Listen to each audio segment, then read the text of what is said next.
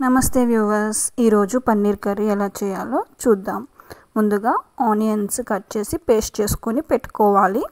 తర్వాత టమాటో, జీలకర్ర, జీడిపప్పు, అల్లం, వెల్లుల్లి ఇది సపరేట్గా పేస్ట్ చేసుకొని పెట్టుకోవాలి. గ్యాస్ వెలిగించి కడాయి పెట్టి అందులో బటర్ కానీ, నెయ్యి కానీ, ఆయిల్ కానీ మీ దగ్గర ఏది అవైలబుల్ ఉంటే అది వేసుకొని ఇలా పన్నీర్ని చిన్న చిన్న ముక్కలుగా కట్ చేసుకొని వేసుకొని ఉప్పు, పసుపు వేసుకొని ఇలా ఫ్రై చేసుకోండి.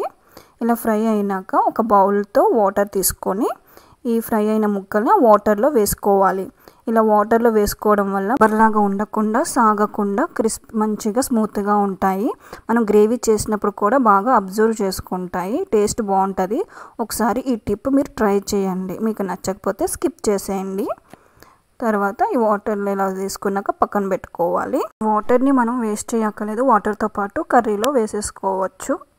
ఇప్పుడు అదే కడాయిలో ఆయిల్ వేసుకొని జీడిపప్పు, యాలక్కాయలు, లవంగ, చెక్క, బిర్యానీ ఆకు ఇవి వేసుకొని ఫ్రై చేసుకోవాలి.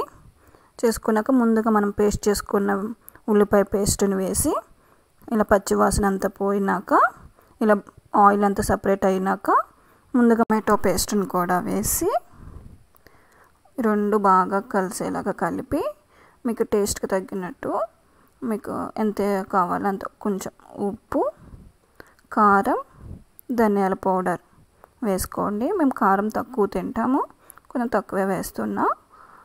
ఇలా వేసినాక మూడు బాగా కలిసేలాగా కలిపి ఒక 5 minutes మూత పెట్టుకొని వదిలేయాలి. తర్వాత మూత తీసిన తర్వాత ఇలా బబుల్స్ వచ్చినాక కొంచెం పెరుగు యాడ్ చేస్తున్నా. పెరుగు వేసి బాగా కలపాలి. ఇలా కలిపిన తర్వాత మళ్ళీ మూత పెట్టి ఒక 10 minutes తర్వాత చూస్తే ఇలా బబుల్స్ లాగా వచ్చి ఆయిల్ సపరేట్ అవుతుంది. ఇలా ఆయిల్ సపరేట్ అయిన తర్వాత మనం వాటర్తో సహా పన్నీర్ ముక్కల్ని ఇందులో వేసేసుకోవాలి. గ్రేవీ ఎంత కావాలో అంత చూసుకొని వాటర్ కావాలంటే కొంచెం వాటర్ కలుపుకోండి, లేదు ఇట్లా సరిపోతుంది అంటే ఇట్లా ఉంచేసుకోండి. ఇలా బాగా కలిపిన తర్వాత పచ్చిమిర్చి ఇలా చీలికల్లాగా చేసుకొని వేసుకోవాలి. కొత్తిమీర, కరివేపాకు కూడా వేస్తున్నాను నేను.